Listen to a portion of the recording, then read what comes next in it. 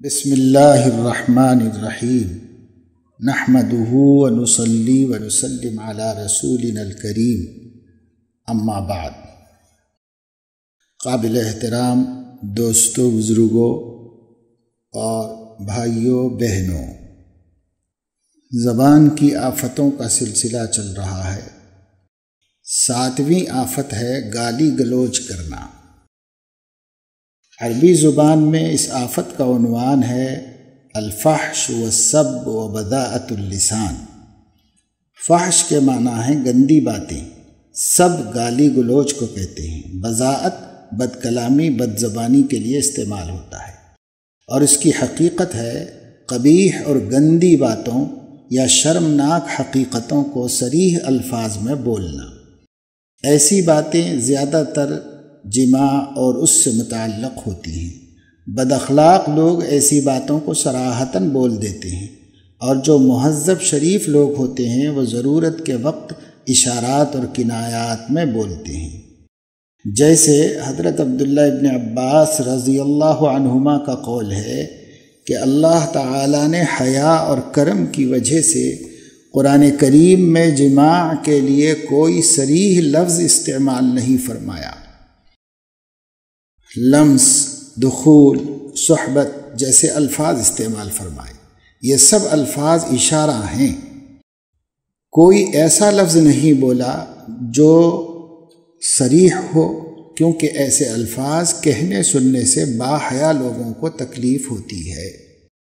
اس کے برخلاف جاہل و بدتمیز لوگ اپنی باتوں کے درمیان بالخصوص لڑائی جھگڑے کے وقت ایسے صریح الفاظ استعمال کرتے ہیں جن کا ذکر کرنا بھی مناسب نہیں ہے، اور فحش باتیں ایک سے بڑھ کر ایک ہوتی ہیں۔ ایک تو گندی باتیں اور گالیاں ہوتی ہیں، لیکن اس سے ہٹ کے بھی عام گفتگو میں مہذب اور بے تہذیب لوگوں کی باتوں میں بہت فرق ہوتا ہے۔ مثلاً بیوی کو جاہل شخص میری عورت، میری بیوی کہتا ہے، اور مہذب آدمی میرے مکان میں یا میرے گھر والے یا فلاں کی والدہ کی تعبیر اختیار کرتا ہے۔ اسی طرح بعض ناپسندیدہ اور کریہ بیماریوں کا عوام نام لے کر ذکر کرتے ہیں، بواسیر، برس وغیرہ، اور مہذب آدمی کہتا ہے ایک بیماری لاحق ہے یا ایک تکلیف چل رہی ہے وغیرہ۔ خلاصہ یہ کہ بد کلامی اور شرمناک باتیں کرنا تو بری بات ہے، اور ان کے معصیت ہونے میں کوئی شک نہیں ہے۔ ان سے ہٹ کر نامناسب اور غیر مہذب گفتگو بھی مسلمانوں کے لائق نہیں، خواہ وہ گناہ کے دائرے میں آتے ہوں یا نہ آتے ہوں۔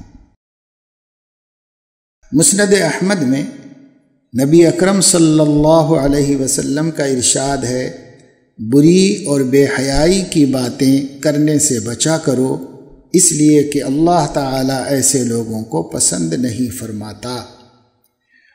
اور کنز العمال میں ایک حدیث ہے، بد زبان اور فحش گو آدمی پر جنت میں داخلہ حرام ہے۔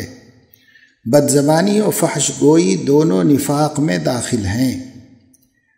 مسند احمد میں ایک اور روایت ہے کہ بد زبانی اور فحش کلامی اسلامی صفات نہیں ہیں۔ اسلامی صفات کا حامل تو وہ ہے جس کے اخلاق عمدہ ہوں۔ ایک مرتبہ کچھ لوگوں نے مقتولین بدر کو برا بھلا کہا، تو آپ صلی اللہ علیہ وسلم نے اس سے بھی منع کرتے ہوئے فرمایا، ان کی برائی مت کرو، اس لیے کہ تمہاری باتیں تو ان تک پہنچیں گی نہیں، البتہ زندوں کو ان باتوں سے تکلیف ضرور ہوگی۔ خبردار، بد کلامی بے شک منحوس عادت ہے۔ ابراہیم بن میسرہ فرماتے ہیں، فحش گو لوگ قیامت میں کتوں اور خنزیروں کی صورت میں لائے جائیں گے۔ احنف بن قیس فرماتے تھے، گندی زبان اور گرے ہوئے اخلاق بدترین بیماریاں ہیں۔ اللہ تعالیٰ اپنے کرم سے ہماری حفاظت فرمائے اور مہذب گفتگو کرنے کا سلیقہ نصیب فرمائے، خاص طور سے بحث تکرار اور جھگڑے کے وقت میں زبان سے، شرفاء کی زبان سے بھی بہت سخت باتیں نکل جاتی ہیں۔ آپس میں میاں بیوی کے درمیان نا اتفاقی کی صورت میں بعض دفعہ مرد کی طرف سے، بعض دفعہ عورت کی طرف سے، بعض دفعہ دونوں کی زبانوں سے سخت باتیں نکلتی ہیں جو تہذیب اور ادب کے خلاف ہوتی ہیں، جس کو حضور علیہ السلام نے پسند نہیں فرمایا۔ اور حضور صلی اللہ علیہ وسلم سے احادیث میں ایسی بہت سی مثالیں موجود ہیں جو آگے آ رہی ہیں دوسرے عنوانات کے تحت، جس میں آپ نے زبان سے بولے ہوئے الفاظ کی بھی پکڑ فرمائی اور صحیح الفاظ استعمال کرنے کا حکم دیا۔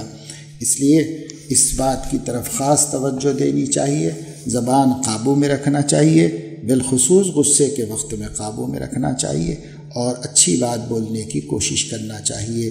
اللہ تعالیٰ اپنے فضل و کرم سے توفیق عمل نصیب فرمائے، آمین۔ والسلام علی النبی الکریم برحمتک یا ارحم الراحمین۔